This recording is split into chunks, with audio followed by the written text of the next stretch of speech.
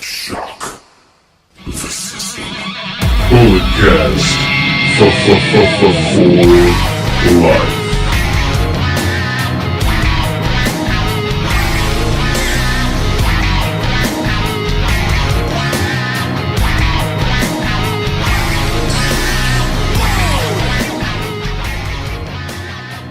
Hello, ladies and gentlemen. Welcome to the Bulletcast. We are the number one sports recreational podcast in the world. I am the greatest sports recreational podcast in the world today.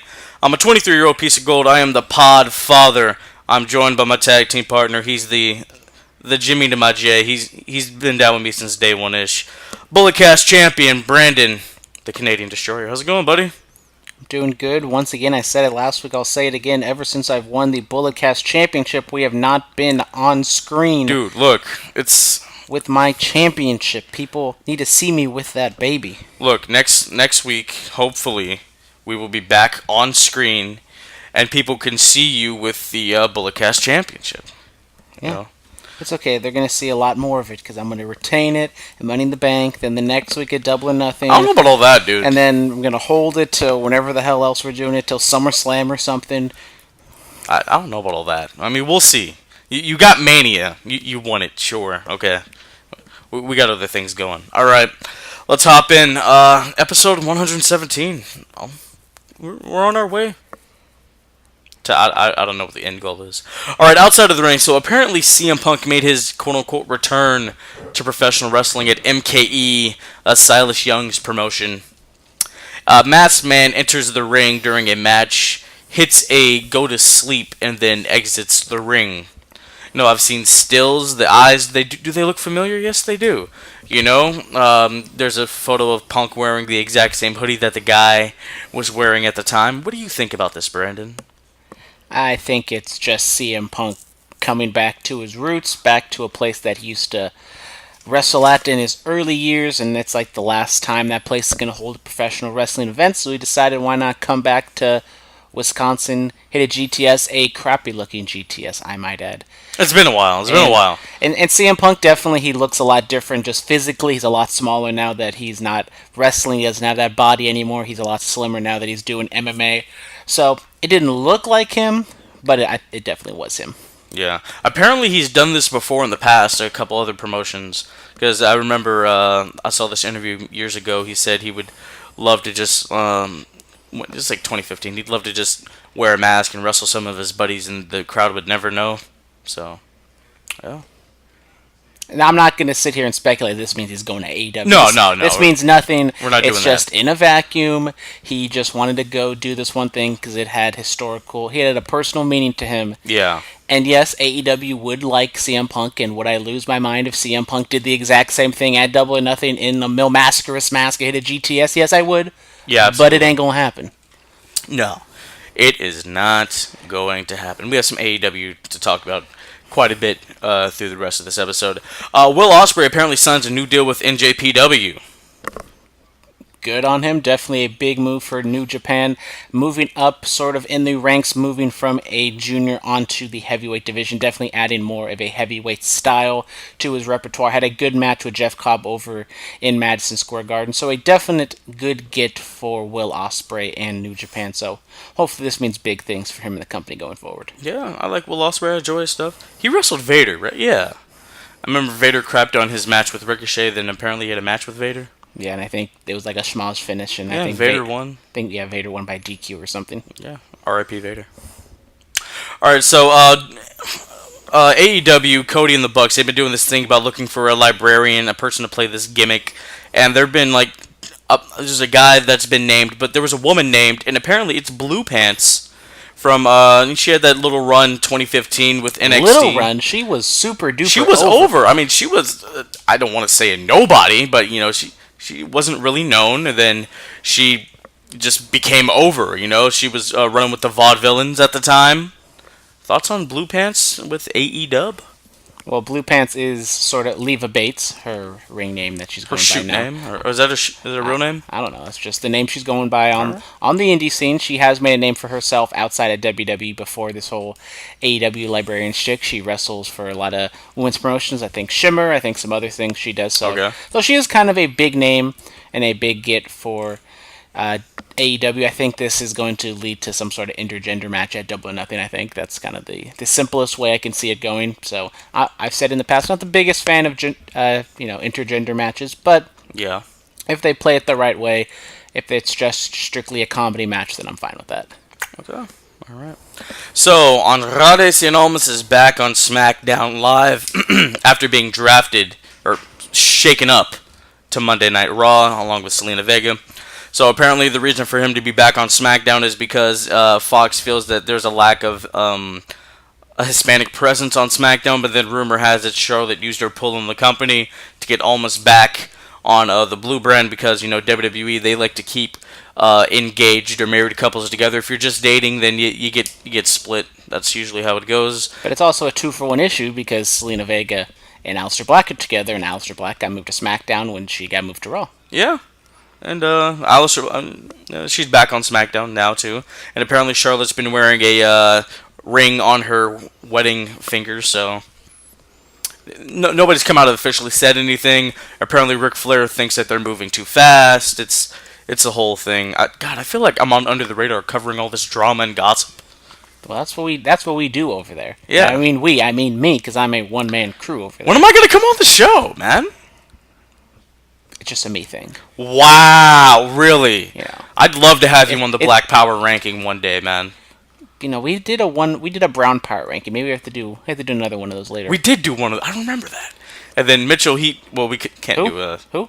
Oh, the other guy. The other guy. Yeah, we can't do a... I voted to give him a white power ranking. But, Yeah, but no. you shut that one down. Yeah, and he could have done a woman's power ranking or something, But I'd love to be on... And then a non-gender binary ranking. Yes, I'd love to be on Under the Radar one day, man. Maybe one day. If you play your cards right. And If I play my cards right. you play your cards right, you straighten up, and you prove yourself, kid, maybe you can make it to the big time. Yeah. But back to this.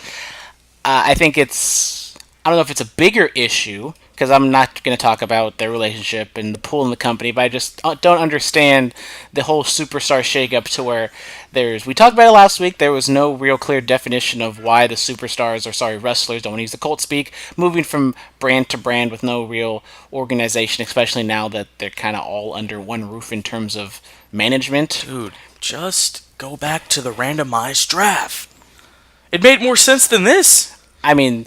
I'm a sports fan, and it's not that hard. All you have to do is just be like, look, there's these two groups of people, one on Raw, one on SmackDown, or even you can kind of be meta about it and just say there is people overseeing WWE, and they're there to create the freshest and best matchups for each show, so they've just shuffled the deck around, so to speak. And so with Cesaro going over to Raw, no explanation, a week after the draft, Samoa Joe going there the week after. Yes, he was sick, but I don't understand why he just couldn't do all this last week. It just shows that WWE is just inconsistent and just a lot of lackadaisical things that fall through the cracks that are just so easy to tighten up that they don't do. Especially at the very beginning of Raw, when we can talk a little bit more about it when we get to the Raw recap, but when the announcers at the top of the show plug, okay, there's going to be 2 triple threat matches to determine the number one contender, and then Seth Rollins comes out 5 minutes later and has no idea what's going on and asks Triple H. He thinks Brock Lesnar is going to be the number one contender.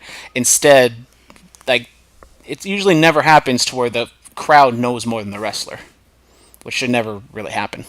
Yeah, I don't know what's going on there, man. I mean, the draft they did in 2016, it was fun. It was cool, They didn't have time to get everybody drafted, so they made a point of saying, hey, check out WWE Network or WWE.com to find out who else is going to be moved to these brands.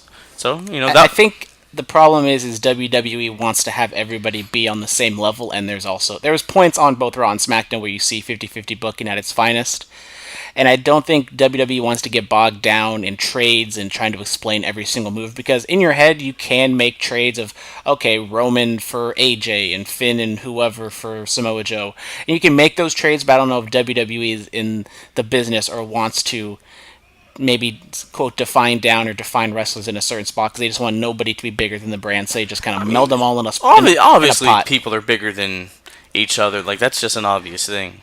But according to WWE, nothing's bigger than the brand. Which is the problem of why their ratings are slipping and they have a major star issue. Well, when Fox comes, things are going to get shaken up again. which means there's not gonna be a brand split anymore. There has to be a clear brand split.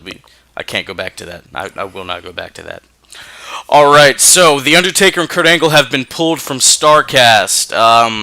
Undertaker has apparently signed a new deal with the WWE. I don't know the logistics of Kurt Angle's deal, but apparently Vince wasn't having it.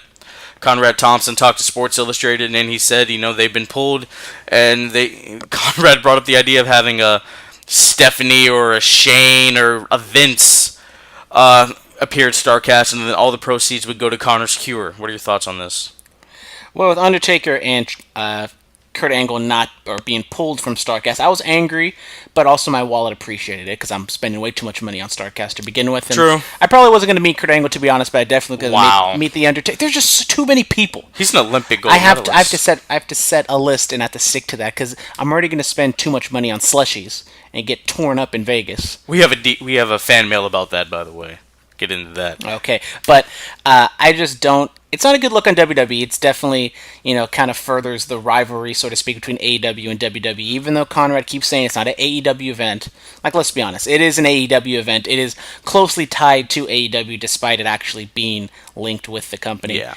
And he, did some stuff. He got, Kenta Kobashi to come over here, which is a very big get for Starrcast. It's like one of the only times. It's like the first time he's been in America in like 15 years since he wrestled for ROH some years back and wrestled Samoa Joe. So yeah, he's doing big things over there. He's trying to make things better. I think he just announced Taz is going to be there, which is another big get. Honestly, I was just joking around with my friends saying I think the only person to make this right is CM Punk. I think CM Punk is kind of the other big name out there. He wants to get Conrad, wants to get Shawn Michaels. But Shawn Michaels is also at WWE, so what is stopping WWE from doing the exact same thing unless if there's some sort of contract difference between Undertaker and Shawn Michaels? I don't know. It's not a good look for WWE, and they did the exact same thing. I don't know if it was the exact same thing, but Kenny McIntosh and Inside the Ropes had to pull The Undertaker from a Q&A. I saw that. No real explanation given, but seeing what happened on Starrcast, we have to assume it might be the same thing. If you want to watch a Taker Q&A, he did a couple with his pastor. Like the interview and then like a Q&A. Like, and I assume that just went completely under the radar of WWE. He just went completely over them and just did what he wanted to do because he wasn't getting paid for it, so it didn't really matter. Yeah, it's gonna be interesting. If you want to meet Kurt Angle, if you live in the Bay Area, he'll be at Stockton Con. BTW? Who? What? He'll be at Stockton Con in August. They used to get some big time names. That's when I used to go for that. I met Shawn Michaels there, so that's why I wouldn't meet Shawn Michaels because I've already met him there before once. But of course, yeah, I'm still waiting for Kenny, Chris Jericho. Those are still the two. Never met Jericho? No, never met Jericho. Dude, he's awesome. Love that guy. Got Young Bucks on the list for Thursday. And I need to buy that meet and greet before it runs out. I need to buy a whole bunch. Need to hop on that. I kind of blew my load a little too early. Whoa, hey! I bought like 3 or 4 people at the very beginning. Now I'm kind of realized okay, I'm kind of. But you locked in the smoke show. Oh, of course. Oh, that's the only one I've bought. Saturday morning. Oh boy, gonna man. wake up bright and early to meet that. Oh, of course. That's what you got to do. All right, so Tony Khan, the CEO of AEW, he sat down with Chris Van Vliet. Chris Van Vliet does amazing interviews. Go check him out on his YouTube channel. Like and subscribe. So Khan, he was talking about the business model of AEW, how he, the Bucks, Cody, and Brandy Kenny, they all talk every day about the business. He talks a potential CM Punk signing. He said he would love to have him. And he talks about like all the big stars and how you can't sign everybody and how you're going to have to turn down some big names. But he talks about the depth of their roster and what he thinks AEW is going to mean. He talks about how wins and losses should matter. There should be talks about the potential score system. He talks about how their championships could be very prestigious in the 3 to 5 years. So I have not heard this interview, but it's pretty much a bunch of stuff they've already kind of talked about. The scoring system, I don't know what that's supposed to mean. I don't think that's a good idea. Just getting bogged down in the scoring system. You have the whatever it was called in Impact. Whatchamacallit, the round system that they had Bound there. for Glory? That wasn't what it was called, but I'm talking about like the Grand Championship? The Grand Championship where you had, scoring and you had judges there. And I mean, it was an okay concept. It would work sometimes, but I just think sticking to just regular, I know it's an easy choice, but just the New Japan concept, wins and losses matter. You can add more of an American flavor to it with more angles, more promos. And I think that's just what they need to do. Just kind of stick to it. Yes, wins and losses need to matter. WWE, we're going to get into it, a lot of 50-50 booking where wins and losses just kind of don't mean a whole lot because everyone just kind of trades wins back and forth. And they say all the right things. It's just a matter of execution, and who knows, there might be too many cooks in the kitchen. They've never run a wrestling promotion, period, let alone one at this size. So it's going to be interesting to see when they get that eventual TV slot on TNT, wherever it is in the fall, how the TV system works. Is it an hour, 2 hours? Is it live? Is there going to be one big show? Is it going to be who exactly knows what's all going to go down? So a lot of unanswered questions, but by SummerSlam, I think we should know pretty much everything about AEW. Tony Khan, a very intelligent individual. I would be on some wrestling sites, and they were like, "Oh, Tony Khan's the male version of Dixie Carter. Daddy bought him a wrestling company." But the guy seems very intelligent. Seems like he knows what he's talking about. Owns quite a few big, large businesses. Of course, the Jacksonville Jaguars. He's involved with that, and he's a part of like the stats and everything when it comes to his football team, both European and American football. So it's not like he's just an owner that just kind of sits there and throws cash. And the dad's a part of the teams too. So he's young enough and he has a passion for wrestling. I heard him on the Chris Jericho podcast. So you never know with these types of billionaires where they get a lot of money and they want to do things. And he's, as I said, he's saying the right things. So who knows what happens when they get down to the nitty gritty and legit decisions have to be made, and does he flex his power and be like, look, I'm the one paying the bills, you do this, because I'm the guy with the money. He said he does not want to be an on-air personality. I'm like, all right, I don't think we've really had somebody who owns a wrestling company not be on air since, like, Vince McMahon Sr., that type of deal. But even like Ghetto, he's on air all the time, but he's not the evil emperor booker. Yeah. He's just the guy, and for the longest time he was the good guy. So, you can be there doesn't have to be an evil dictator, like Don Callis is just a regular announcer on Impact. He's just kind of like what Vince was back in the 90s and 80s, where he's just the announcer. No one really acknowledges that he's the booker. Maybe there are some sort of sly hints, but I think if you just kind of stay out the way, let the wrestlers do what they got to do, make wins and losses matter, and don't lean on the crutch of the evil general manager, you should be fine. Speaking of crutches, Nia Jax has her ACL surgery today. She's going to be needing them to get around for the next Segways for days. I know, next couple Maybe months. we should get on a Segway to get around. Oh, hey, you never know. Segways on Segways. Those Ubers are going to be in Vegas. All right, so Nia Jax, hopefully she has a speedy recovery. Can't wait to see her back in the ring.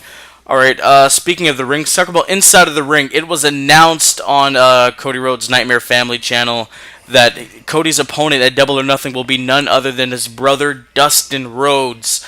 Dustin puts out a video on Twitter saying goodbye to the Goldust character. And, Cody versus Dustin, brother versus brother. We got an inch of this in WWE with Stardust and Goldust, but that was not anything... Sorry for the ring rats in the background. No, it wasn't anything really to go by, but now I feel like there's some real meat here. What are your thoughts on Cody versus Dustin? I touched on it a little bit on Under the Radar. We're still a month out, so we still have a lot more time. I do think this is going to be more of a Nightmare Family type of YouTube build, where it's going to be on that channel instead of being the Elite. So it's going to be interesting to see what they do with this. Is there going to be Dustin playing more of the heel in this situation? Is it going to be a straight up match? For me personally, I'm not like super stoked about this. It'll be fun. It's not like I'm, salivating at the chance, because it's going to be a good match. It's not going to be a great match. It's not going to be a bad match. It's just going to be like a good to, maybe really good match if they play the cards right. And with maybe kind of like what it was with Cody at All In with Magnus, they can do something where they have, a really good solid storyline going in, so they don't have to go in and kill themselves and have a whole bunch of different high spots. They can just rely on the storytelling, because they're not going to be able to do all those things, especially with Dustin. And Dustin's great. He might be one of the best, in-ring, best ring generals. No slight at Christopher Daniels, but... No, Dustin, the Benjamin Button aspect applies to him. He gets younger and younger as he gets older. It's crazy. I want them to get really real with this, like how Dusty wasn't there for Dustin, but then Dusty was there for Cody and Cody's sister. Like, let's get real with this, man. Yeah, they kind of touched on that in the YouTube channel. That's one of the things where I'm kind of hoping for. They really drive home to where there's a reason why they have this match. It's not just, okay, we're both brothers, we want to have this match on this big stage. Give us a reason to why maybe there is some underlying tension, but maybe don't go too far to where it's unbelievable to where they legit hate each other, because we know they're cool, but there might be some tension. They did tease that where Dustin, I believe, 16 years older, so Cody wasn't always there for Cody. He was there sometimes, and Dusty showed more love to Cody than to Dustin just because Dusty was out on the road during his prime. So it's almost kind of like, the Charlotte and Reed Flair compared to David Flair. Almost, the second generation of child usually gets the better end of the stick than the first one. Yeah, let's see Dustin bring up how Cody was born with a silver spoon in his mouth. I think it's going to be really fun to see the build for that. I can't wait. Another great aspect of Double or Nothing. All right, this day in wrestling, Triple H makes his WWF debut in 1995. There was a backlash on this day in 1999. Austin, that's on your shirt, and Rock, What? Yep. They faced off for the WWF title. WCW Thunder 2000. On this episode was where David Arquette became the WCW World Heavyweight Champion. So on this day, 19 years ago. Yes. Extreme Rules 2010. I think it was the last man standing match between Cena and Batista, and then the WWE Where he used the duct tape. Yes. I just watched the Wrestling with Regret review of WrestleMania 26, and he talked about Batista and John Cena, then he talked about the match after the fact, with the Last Man Standing match, so shout out to that. It's a very long episode, about 47 minutes. It's alright. And then the... Made a special guest appearance on one of our interviews. Do you really? He did. Oh, he did?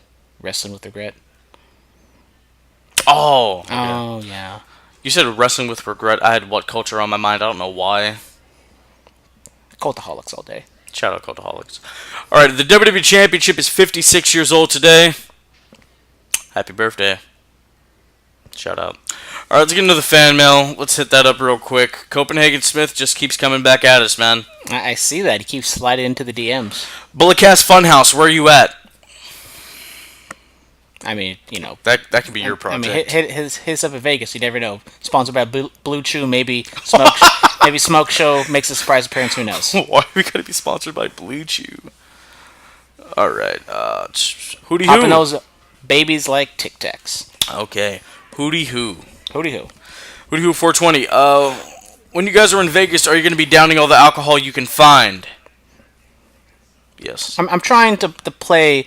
I'm trying to walk that fine line, because NXT War Games. I'll be honest. I drank a little more than I thought I was going to. Didn't hurt the enjoyment of the show, but I do not want to be completely gone for Double or Nothing. I like to remember it. I like to be in the right frame of mind. So maybe 3 beers, maybe margarita to where I'm feeling myself, but I'm not too. You feel yourself after 3 beers? I'm not too slot. I drink IPAs. I ain't no baby. I ain't drinking no BLLs. I'm drinking the hard stuff. BLLs? I do all the time. They're tasty. You're but I'm drinking some hard stuff. I'm drinking some Lagunitas, 7-8%. So I'm feeling good after about 2 or 3 beers. Oh, all right. And maybe a few of those, guitar 6-foot slushies. Do they make Jaeger slushies that big? I don't know. You can if make they them yourself. You walk. You're at an Airbnb, so I don't know where you are, but you probably can go to the grocery store. That's probably the right spot if you're at the Airbnb in the suburbs. Go to a grocery store, go to a Walmart, get absolutely bombed off $40 worth of alcohol instead of, $40 worth of alcohol for just a couple beers. So. Yeah, very true. Mm-hmm. All right, Blue Rhino. How often do you guys use the Too Sweet to greet and say goodbye to another wrestling fan? I'll be honest, usually never, because I just feel it's kind of weird and awkward and kind of corny. Maybe the only time I will too sweet another wrestling fan is if it is in public. I'm not going to too sweet another wrestling fan in a wrestling show, because it's more like, oh look, we're one of each, and we're a rare breed.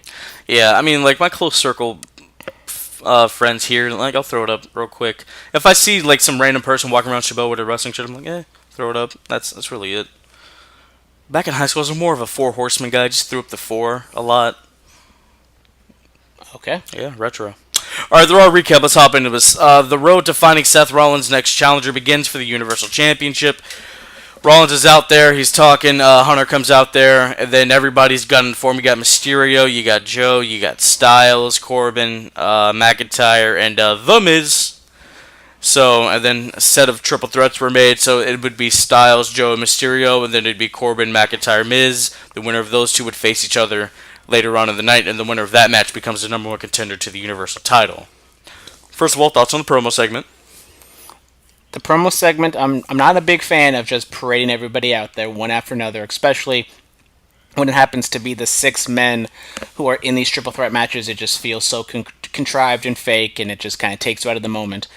And like compared to last week with the women's wrestlers on Smackdown, that one was better. It maybe was a little bit more contrived, not as contrived, but a little bit of contrived. I was doing so well at the beginning of the podcast, and I just hit a wall. You think about those vodka slushies, then you're just... Yeah, so I mean, it was a lot better. It was a lot better on SmackDown with the women compared to what they did on Raw. I think it was just weird because once you get 2 or 3 of them, okay, everybody else is coming out, and it was fine. But then it also kind of set up this kind of established after the Superstar shakeup that these are our main guys, which maybe isn't the best scene in the world. When you have like Drew McIntyre, AJ, and Seth, and then there's kind of a steep drop off after that. Wow.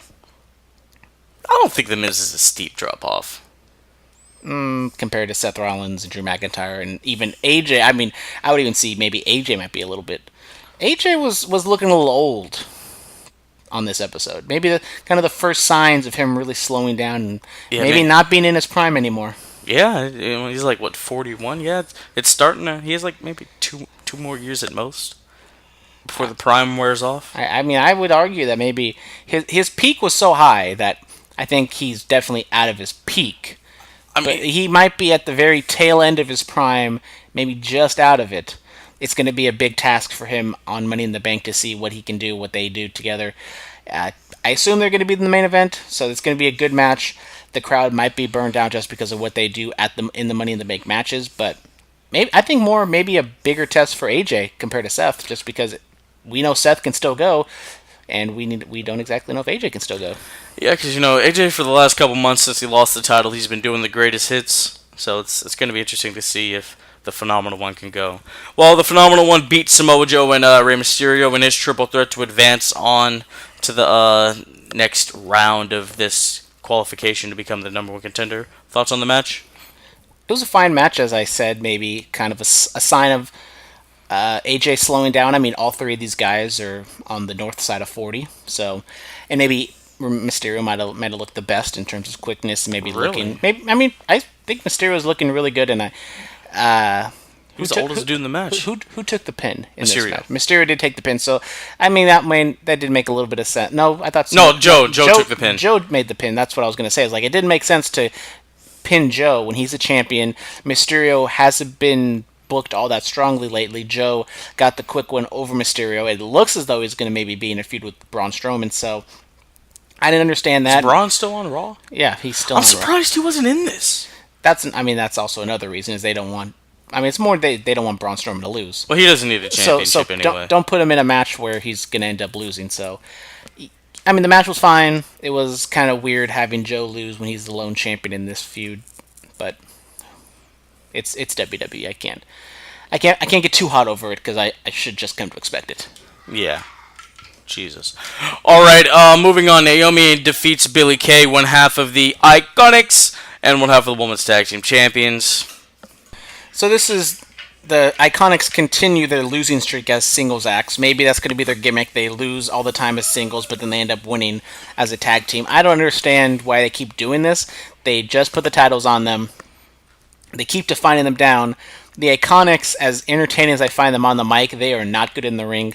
They've been wrestling for like 10 years, bro. But they're not that good. They keep losing. You define them down after having Sasha and Bayley, who are a legit tag team. People like them. They had credibility to them.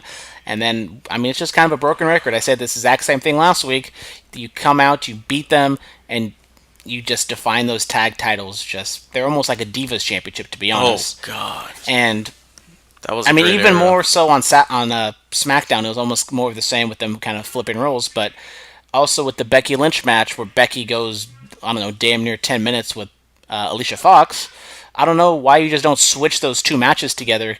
Have, Billie Kay and Naomi go a little bit longer. I know it's not going to be a pretty match, but it would make a whole lot more sense for Becky Lynch to destroy Alicia Fox in a few minutes than Naomi to beat Billie Kay in a few minutes, because Becky is the top dog out of all the women, and her having to go 50-50 with Alicia Fox for a long time is not a good look for her. Yeah. But nobody got hurt in the match, so that's always a plus. Yes.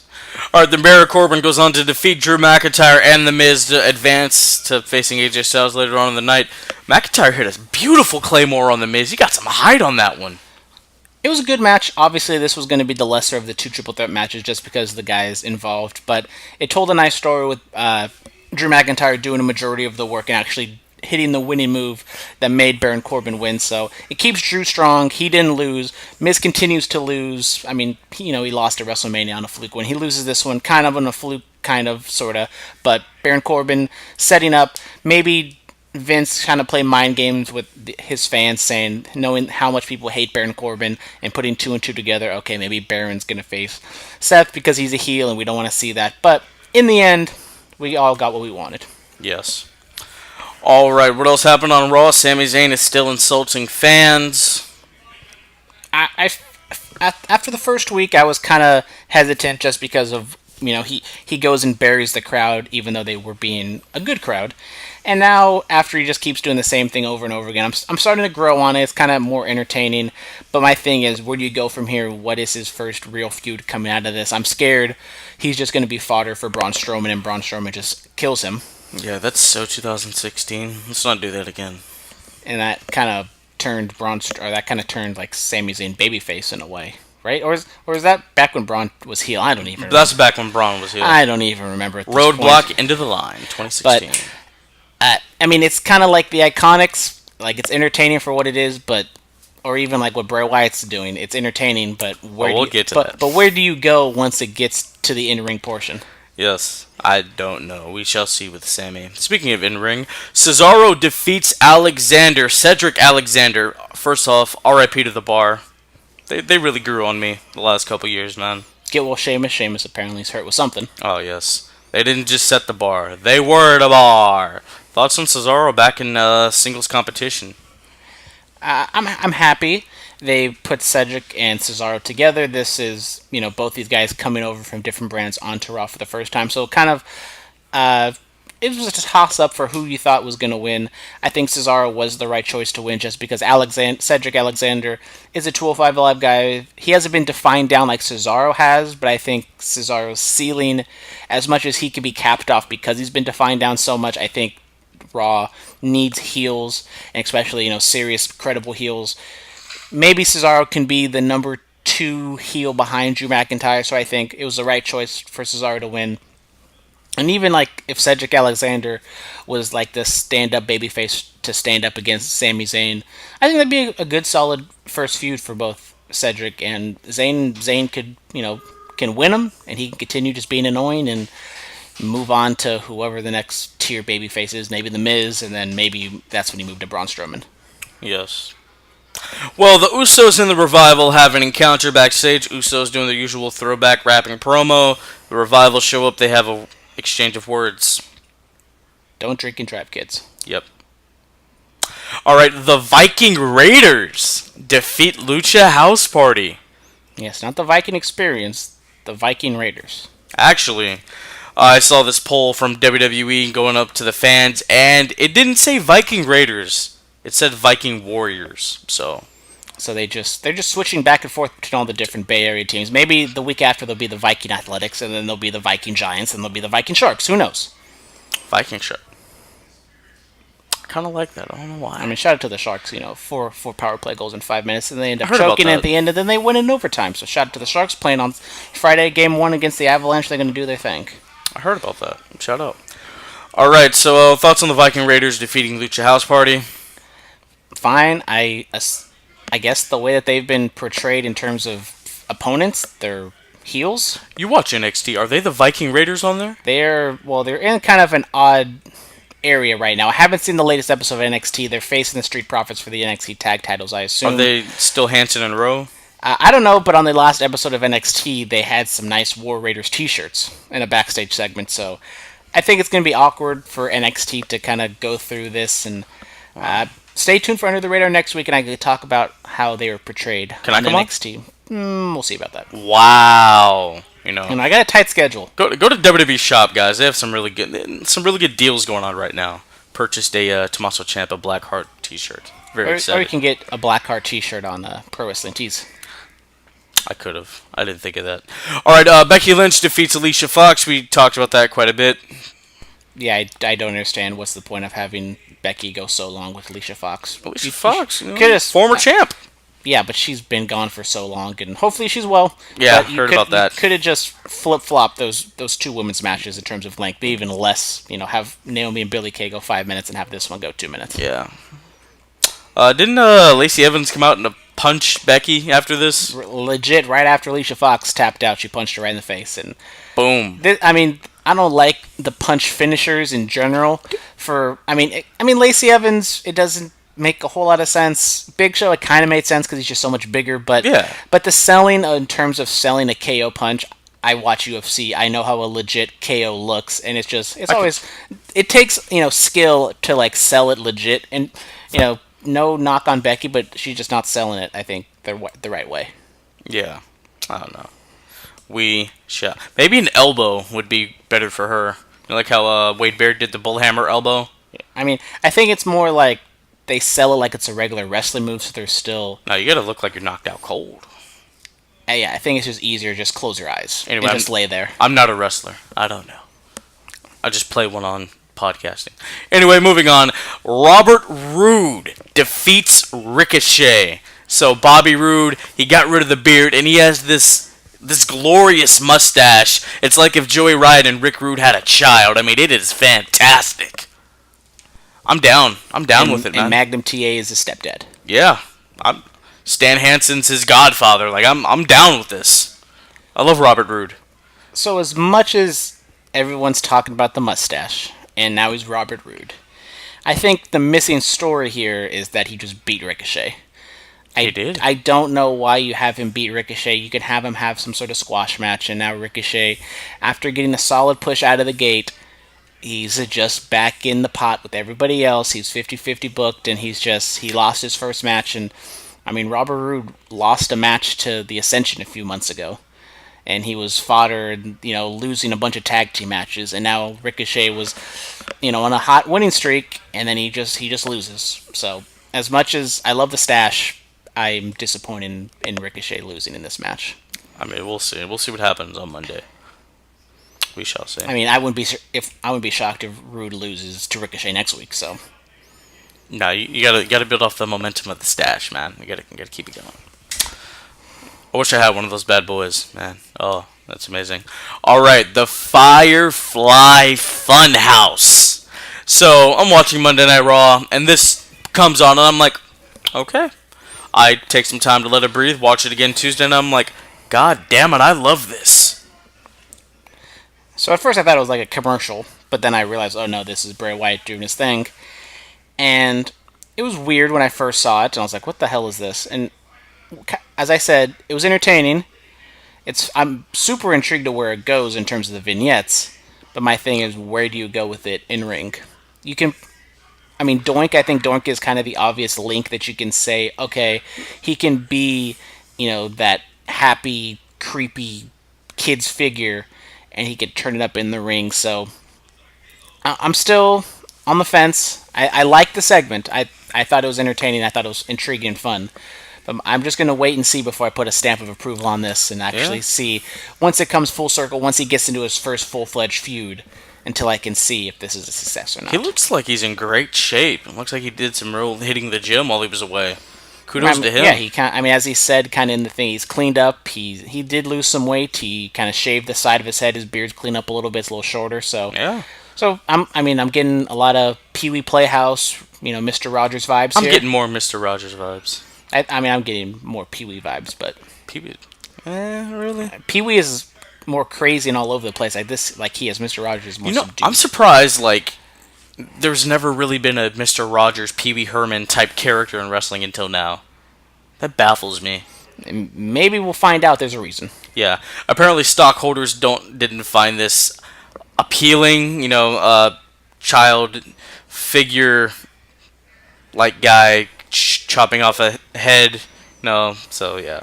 Well, I think the stockholders should be not happy that they 50-50 book and don't create stars, but that's just me. How dare you? They create stars. When's the last legit star they've created? The Dream! John Cena. The Velveteen Dream! He's not a legit star. Wow. You go out and how dare you say that? You poll a random million people. I bet you they create stars. Psst. You're talking about like from start to. Is that what you're talking about? I'm talking stars. Hulk Hogan, I mean, they can create Hogan, really. AWA. You know what I mean when I say I know what you mean. Are you talking about like from like start to, or they show up and then they build them into the megastar that they are? Okay, how many megastars do they have in WWE? Dude, Roman's a megastar. Maybe you can say a megastar, but Roman's a megastar. You can say he's a megastar, but he's more of a megastar because they push him, not because the crowd is taken to him and love him. Wow, like a megastar.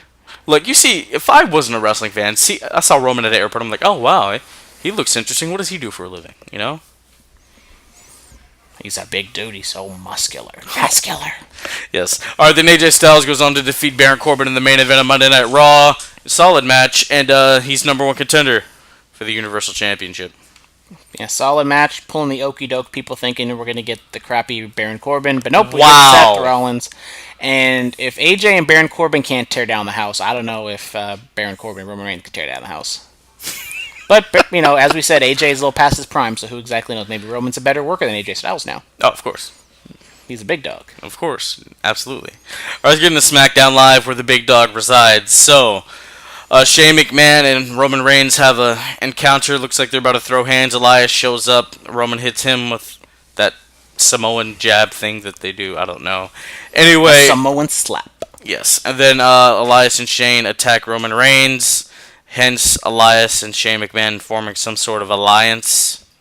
Because, Shane McMahon used to be involved with the alliance back in the day. Yeah. Okay. All right. I tried. I really did. So, thoughts on that? It was okay. I guess the whole Miz-Shane thing is over. Apparently, Miz getting the upper hand on Shane last week was the blow-off of the feud. Miz never got his win back, so it's whatever in terms of that case. But now Shane's moving over to face the big dog, it looks like. Yeah, there's no 50-50 booking. There. Yeah, because it's a McMahon. Got to make the McMahons look strong. Yeah. See, I mean, this kind of felt different in a way, because like if this was Raw, then Seth would have ran out, helped Roman, then it would have been Shane and Elias versus Seth and Roman at Money in the Bank. Am I right? Yeah. Maybe, who knows, but possibly. I'm not excited to see an Elias versus Roman Reigns match. Hopefully, they keep it short and sweet. That's better than the match he had last year at Money in the Bank. And even less so. I'm not looking forward to that Roman Reigns Shane McMahon match. It's probably, hopefully, as much as I'm gonna poo on it, hopefully it's just a garbage stunt fest. Given the fact the last time they were in the ring together, Roman almost I think he did concuss Shane with that spear. That Survivor Series 1 year. Jesus Christ. That's what happens when you ask a non-wrestler to take a very athletic wrestling bump. Wow. You're just full of hot takes today. Alright, so Finn Balor goes on to defeat Andrade Cien Almas. Balor looking strong as the IC champ. So after Andrade beats Finn on Raw, I speculated, okay, they're going to go forward with the feud on Raw. Nope. Finn gets moved over to SmackDown. Okay, he does the job on the way out. And now Andrade moves over to SmackDown because he has unfinished business, because he needs to teach him a lesson because he ran away from him last week. And now Andrade loses to Finn. Well, Selena Vega did get involved. 50-50 booking. Selena Vega was involved, so it's not really kind of her fault. She gets kind of involved, but she didn't get involved in the finish. It's not like she accidentally tripped Andrade and then he hit a drop kick into a coup de grace and blah blah blah blah. So maybe Ricochet was more egregious just because he's been built up so strongly. Andrade has been built up a little bit lately, and then he just gets to find down again. So I'm excited for this feud in terms of match quality, if given the time and all that, but I don't understand why you have Andrade have this challenge to go get Finnegan and then he just loses. Pretty clean. No idea. So, Kairi Sane, she goes on to defeat Peyton Royce, a member of the Iconics. Thoughts on that? Once again, just destroying the credibility of that tag team championship. What do they call it? The Sky Pirates? No, that's Io and Kairi. Oh. I don't know what Asuka and Io or Kairi are going to be. The Asian Express. I'm joking. Sorry. I apologize. With a twist of Britain in there. Sushi and crumpets, I don't know. What? Okay. You just went for it. We lost all the listeners. No, yeah, it was interesting. You know, Sonya and Mandy come out there, all this other stuff. So it looks like we're going to get a Mandy and Sonya versus Kairi and Asuka feud. Fire and Desire versus Sushi and Crumpets. Yep. Oh. Put a t-shirt on it. There we go. Put it on a t-shirt. There you go. There we go. Demandy's Donuts. Liv Morgan was on there. Very nice episode. Check it out, people. All right, so Nebraska apparently has to step up their donuts. Very lackluster on this week's episode. It's Nebraska. And now we just lost all the Nebraska viewers. All right, Lars Sullivan attacks. He attacks the Singh brothers because, you know, my boy... And Chad Gable. You know, my boy Jinder Mahal's back on SmackDown. That's the real story here. Jinder, he's coming back to reclaim the prize. He's coming back to become a 2-time WWE champion. Watch out, Kofi. KO, get out of my way. All right, so yeah, he attacks him, and then R-Truth. This is the first time I've seen R-Truth serious since his comedic serious stunt back in 2011 when he feuded with Big Match John. He gets taken out by Lars. Have they dropped the Sullivan yet? I don't think so, but I think it's coming. It's coming, you know. It just says Lars on his tights. So yeah, it's coming. So, I mean, I was excited kind of for Chad Gable and Jinder Mahal. Just like, okay, looks like they're going to give Chad Gable a push. He's going to get a nice little win here. But no, he just gets destroyed by Lars Sullivan. I'm not against that. I mean, Lars is definitely, he's going to be a big name going forward in WWE. So it's fine if this is going to be, his first feud is going to be against R-Truth. I think it's a solid first feud with him just because Truth's a respected veteran. He can, you know, take him through the motions. He can do what he's got to do and, you know, kind of hold his hand, so to speak, even though I don't think Lars needs to be held by his hand. It's a big hand to be holding. It is a big hand. Yes. All right, Roman Reigns is going to be going up against Elias, Money in the Bank. We already talked about that. I wonder where this leads Shane next. Shane McMahon, WWE champion. By this year. I don't think you can hold this out all the way to SummerSlam. So I think you blow it off at maybe June or July. Maybe June. Blow it off in Saudi Arabia. Yeah, where he defends his best in the world moniker. No, dude. I don't think they're going to do that again. I mean, they're coming back in June. Well, they canceled the Backlash pay-per-view because it's like too close to Saudi Arabia. So are we even going to have a June pay-per-view now? Saudi Arabia, you know. So maybe they do hold it off until Saudi Arabia, or maybe even they canceled Backlash or Payback, Paybacklash, whatever it's called. I don't know. I'm pretty sure it was Backlash. Paybacklash, something like that. I don't know. June, Bay Area fans, Takeover. Check that out. It's going to be fantastic. Still waiting for my email to get those tickets. I know, yeah. I got to cop those. See Johnny Takeover, Johnny Champion. Hopefully the era doesn't break up, because if that happens, I'm going to throw this t-shirt away. All right, Charlotte, Becky, Bayley, they have a confrontation. Bayley says, you know, Charlotte, we should go one-on-one, basically. Charlotte defeats Bayley, becomes number one contender for the SmackDown Women's title. Becky, the champ's going to be pulling double duty at Money in the Bank. She's pulling double duty. I fully expect her to walk out with both belts. The Bayley character, I thought they were going to... Maybe you can put this with Andrade and Ricochet, to where I thought she was going to get some sort of a push going forward, but then she just ends up being fodder for Charlotte. I think if it leads to a Bayley heel turn, I think I'll be in favor of it. I hope she's not getting heat for what Sasha's doing right now, but I think it's just they have more faith and more assets put in towards Becky and Charlotte. So they're just having Bayley lose. And one thing is, it was awkward. Why did they say Charlotte is on her worst winning streak ever? That doesn't make any sense, unless if that was like a flub up by Becky. or if that was like a scripted Colt speak line, that made no sense. I mean, I think what that meant was she won here, lost, won, lost. That's not a winning streak.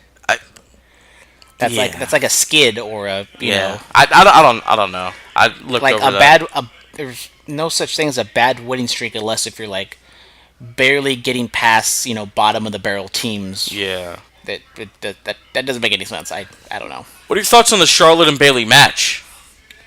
The match itself was fine. They have a chemistry. They've worked a ton. They can probably have a decent match in their sleep. So nothing real shocking here. Yeah. Maybe more shocking that they just had a straight up finish and Charlotte beat Bayley clean. Yeah, we haven't seen this match in a couple years. I was excited to see it. I enjoyed it. 3/4 of the 4 horsewomen in the ring. Felt kind of special, And the fourth is just sitting out on the sidelines as WWE messes up her contract and starts stacking months on top of months, so she's never going to leave that contract. Apparently, Luke Harper hasn't been granted his release either. Yeah, and his contract is like up in November, but the way his bank account's set up, they could stack months because he hasn't been being utilized and whatever and blah blah blah blah. And it's almost kind of like the Danny Bryan situation. It could be. It really could be. Alexander Wolf said goodbye to sanity, but then he showed up on NXT UK. Spoiler alert. Go check that out. Forms a group with Walter and some other people.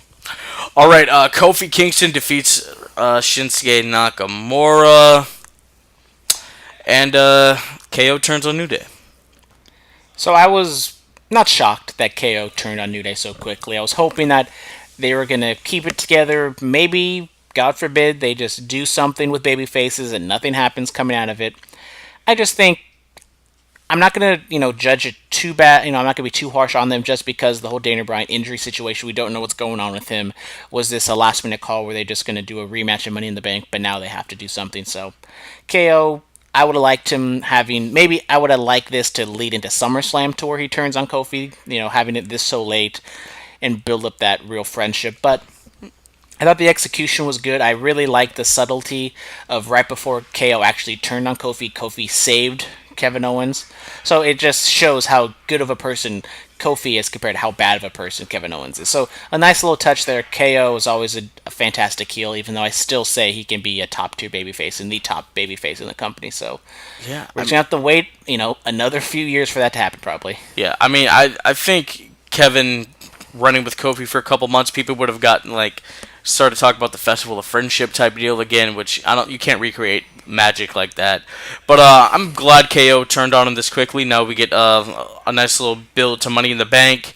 And, honestly, since Big E's legit injured, KO powerbombed Xavier on the apron. Let's have Xavier be out, kayfabe was, until Money in the Bank. Let's see what Kofi can do by himself, Yeah, I mean, I'm not opposed to that. We don't really see injury angles all that often in WWE, and putting over KO and that powerbomb on the ring apron just as a devastating move would be a nice little sign. I mean, we're 3 weeks out, so it's not too long for Xavier to be out, and let's be honest, Xavier doesn't do a whole lot. You can maybe have him be on the road doing house shows, and that breaks kayfabe, but who really cares? Who really pays attention to house shows? But I do kind of agree with you in a sense of having KO turning on him so quickly, and maybe you don't want him to be a babyface for too long, and this is kind of the excuse of, okay, his true colors were being showed. We don't want people to be switching back and forth like a Big Show, Braun Strowman, Elias, guys who were babyfaces or heels, whatever, for 4 or 5 months, and they turn back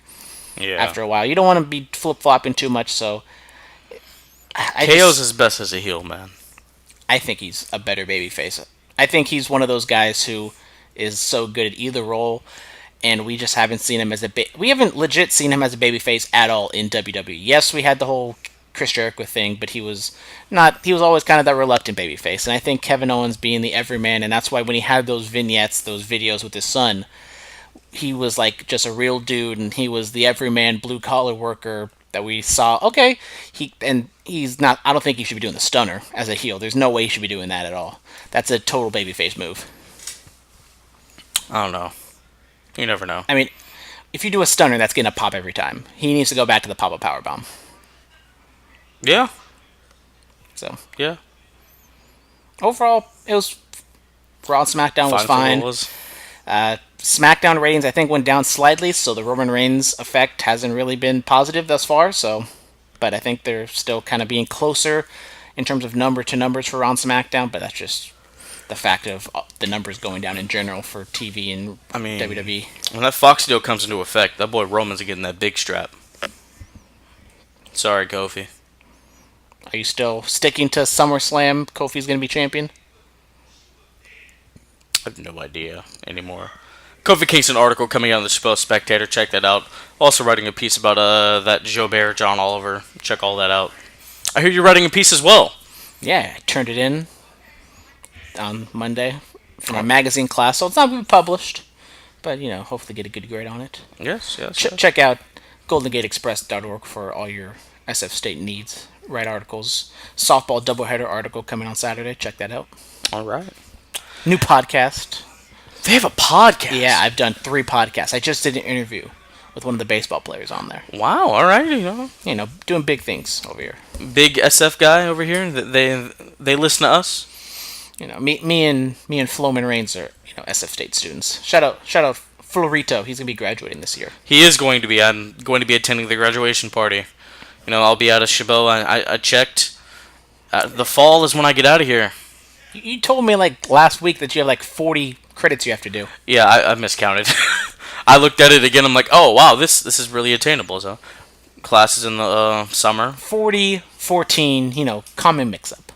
Yeah, classes in the. Maybe you have to take more math classes. I had to take one math class. Yeah, maybe. Classes in the summer, classes in the fall. Then I'm no longer here. My services are going to be greatly missed. I know. Superstar Shakeup. Superstar Spotlight. See, the Shakeup's on my mind, man. I got Bayley. She had a very impressive showing against Charlotte. I really enjoyed the match. Robert Roode's mustache. That stash. It's glorious. Yes? It is glorious. Yes. All right. APW Union Landing is this Saturday night. All Pro Wrestling hits up Union City, James Logan High School. Go there. It's going to be a good time. The Podfather will be in attendance.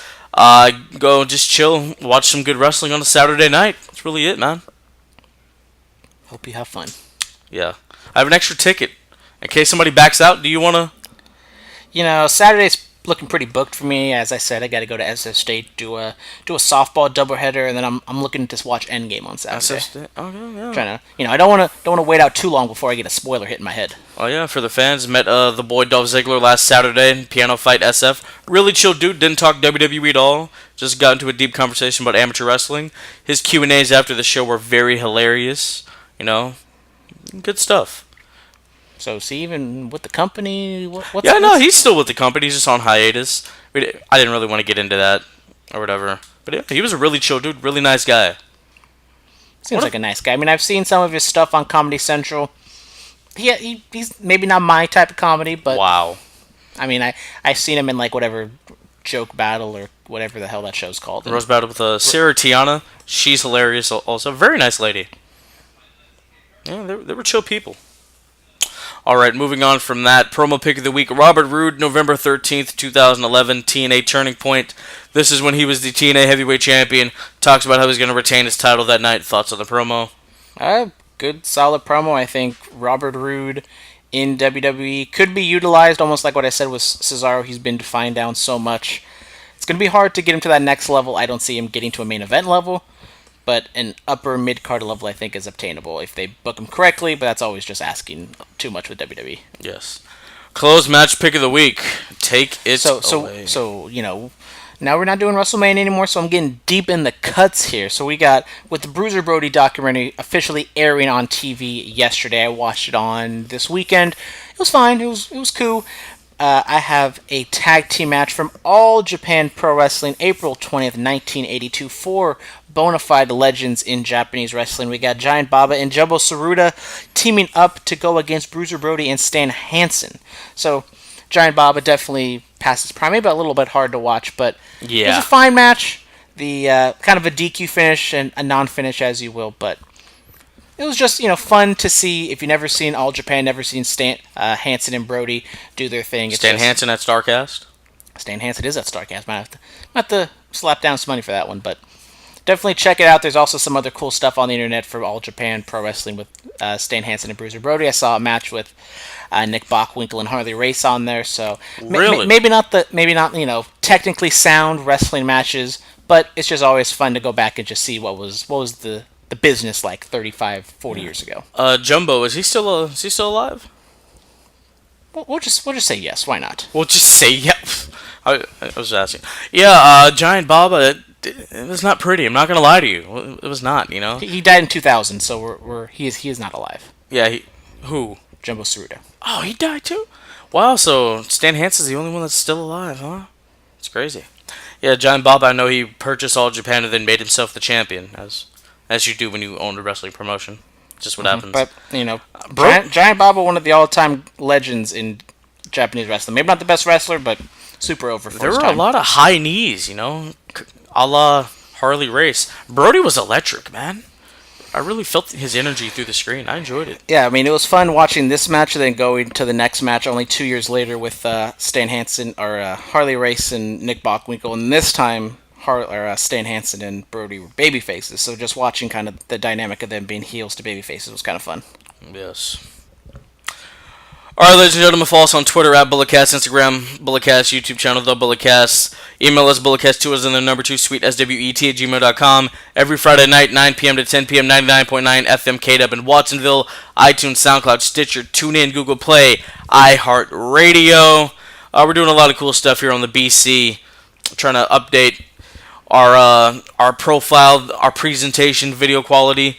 You know, Brandon's going to be getting his own video intro for Under the Radar coming up this next episode that drops on the YouTube channel. Oh my! No one tells me anything. Yeah, you know. I'm working on interviewing this wrestler who's located in New Jersey, so hopefully trying to expand our regions. I know we've been big in different parts of the world. I want to get that East Coast vibe going. But we all know West Coast is the best coast. Of course, absolutely. All right, ladies and gentlemen, this has been the BC. We'll see you next week. Ta-ta for now.